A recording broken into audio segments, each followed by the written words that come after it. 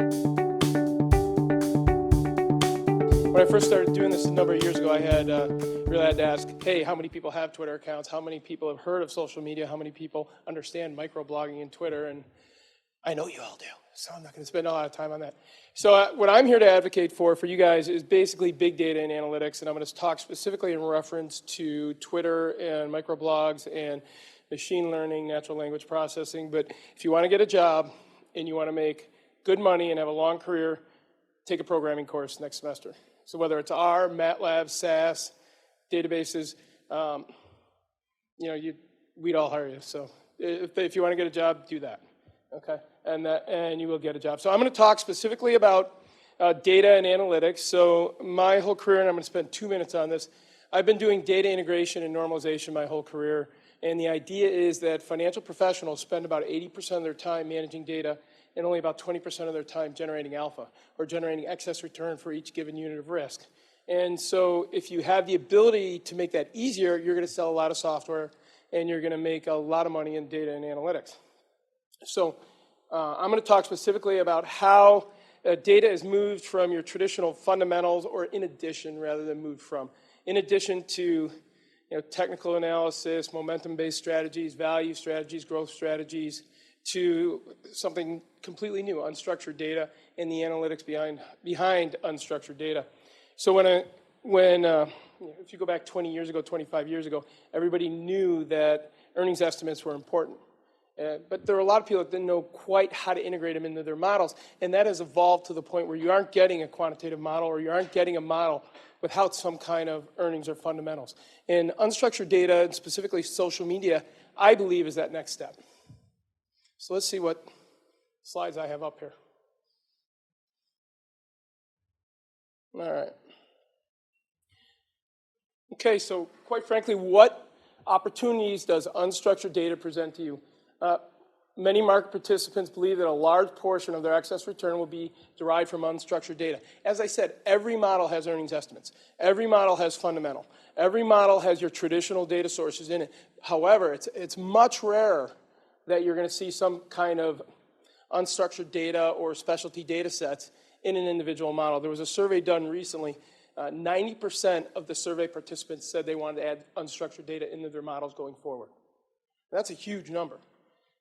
Social media, web pages, news articles, blog, photos are all sources of potential market-leading information. And really the holy grail next are photos, being able to pull what people are drinking, what people are eating out of photos. I mean, if you can do that, then see me immediately after this presentation. Jobs in unstructured data and analytics will be plentiful. Again, MATLAB, R, S+, SAS, SQL, any kind of database like that. If that's on your resume, you'll get a job. So you guys already know this, but Twitter is more than just a platform expressing individual opinions. There's a lot of really important information that's being released on Twitter first now. It's the first to break pretty much any source of news. And so if you can get that data and turn it into something that can be read by a program or an algorithm, it's a valuable piece of information. So 320 million monthly active users, you guys have already seen this. 500 million tweets a day, and I know it may be hard to believe, 7 a day. That's it. So the president's only doing 7 a day on average. So I know you think that it's probably half, but it's 7 a day. And believe me, I know every one of them. All right. And if any of you guys have a direct line to the president, tell him to stop tweeting. All right, it's not helping me. All right, so where are these? So the important thing is these all, the active Twitter usage directly overlays with financial centers. So if you want to know what's happening in major financial centers and with major companies, take the information source that's breaking news most quickly and turn it into a programmatic feed. All right, so that's what we're talking about. So that's what my company does. And the examples are plentiful of social media breaking news. Perfect example. When the U.S. bombed Syria, the missiles that they sent in were built by Raytheon.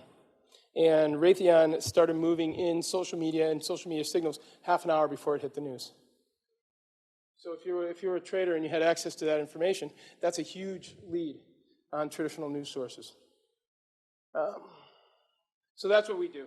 We listen to a full Twitter fire hose and grab anything related to securities and turn it into a quant signal. and then we sell that data to buy-side firms, risk managers, investor relations, anyone that wants to know what's being said about their companies, brands, or products on social media. Three-component system, it's patented, and really it came from my last company. We did data integration on your traditional data sources, and I sold that to Thomson Financial. And when I was working in the data group or the quantitative feeds group, I had a lot of my customers come and say, hey, do you have anything in this space? So I left, took a couple of guys with me, and we built this three-component system.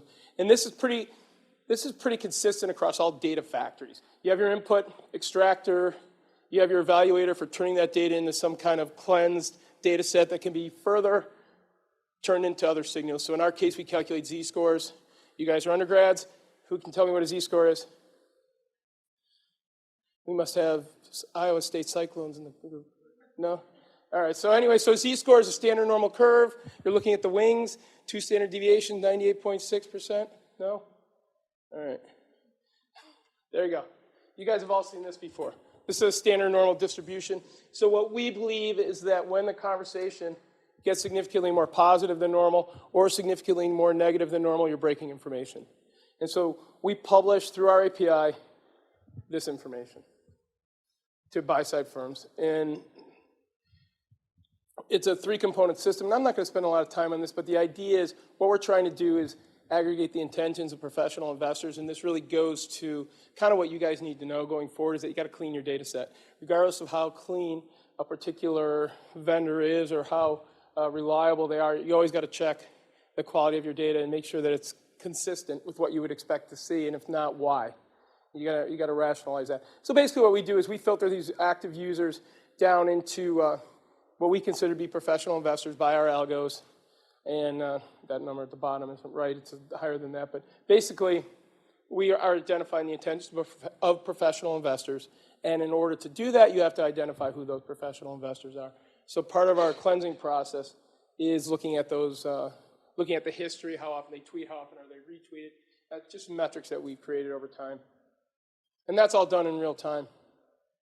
And then we read the tweet. So we started with the Stanford Natural Language Processor, and then we built our own on top of that. So we basically run multiple passes on each individual tweet, trying to get the whole phrase, and then break it down into individual words. And we don't do just positive or negative. We break it down into a score that ranges from -1 to 1. And then we basically Z-score that. So this is an example of a tweet that was scored as a slightly positive. So strong move into new all-time highs. And on Twitter, for finance and specifically trading, you get a lot of different types of conversations. So you obviously get the earnings conversations. You obviously get the pricing and the technical types of conversations. You get the product conversations. You get a lot of option conversations, people tweeting you out about entering into an option position. You get insiders. You get insider transactions, buys and sells. That all goes out on Twitter. And unfortunately, you do have people sometimes leaking material, non-public information. But once it's out on Twitter, it's leaking public information. All right, here's some examples.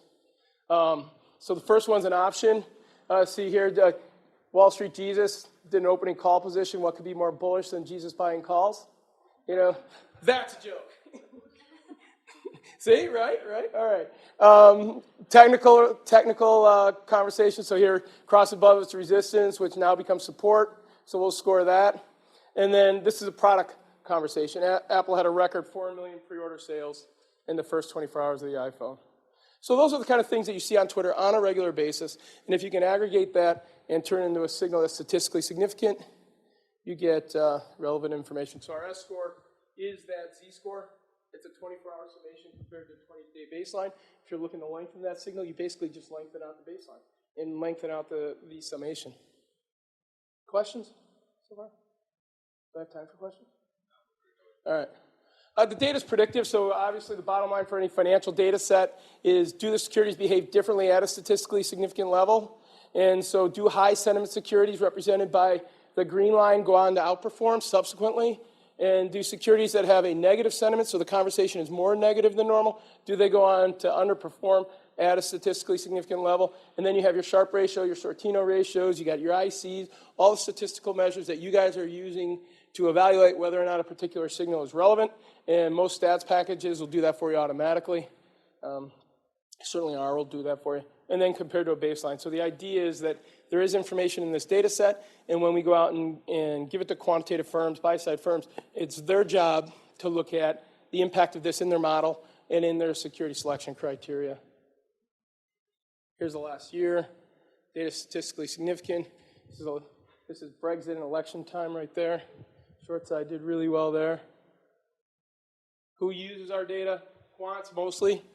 So people looking for new uncorrelated factors into their model. As I mentioned, they have the traditional factors in their models, and it's so competitive that it's really difficult to get an edge. Most quantitative firms will tell you that. So having a new data set is a new source of alpha that they can use in their models. Sales and trading, Twitter, stay informed. You know, Twitter is the breaking news source time and time again. Idea generation, algo execution enhancement, and then who are the people you want to follow. So in real time, we're grading individual Twitter accounts based on their past tweets and the subsequent performance of those accounts. So sales and trading desk are looking at that. And then risk management. It's an early warning of potential moves. So if you see sentiment go out to the wings, security is going to move one way or the other. Rarely does sentiment move significantly and the stocks stay the same. And then understanding the profile of who's tweeting about you. So if you're risk management or investor relations, it just tells you what people are saying, who's saying it, how often it's retweeted. Is it an influential type of statement? Obviously, it's a learning system, so anytime you're trying to look at the English language, changes over time, so you got to stay on top of it. You can't just build a model and let it sit. For example, the word trumped recently was entered into our dictionary, was a stock that got negatively tweeted about and got hit. That went in the dictionary. You want to watch out for the outliers because that's what you're looking for. Most securities have regular conversations, or most companies have standard conversations, so you want to find the outliers. Watch for bots. Some of them are good, but you want to identify what they are and know that this is a bot that's triggered by something. And a lot of times those bots are triggered by factors that are already in people's models, so they're not adding new information, but some of them are good. Yeah, this is the dumbest number of followers. I mean, you guys can go out and get 10 million followers right now, so don't use that in any sort of unstructured data analytics. And look for changes. Delta is a huge, huge metric. Is sentiment getting a lot more positive than normal, or is sentiment getting a lot more negative than normal?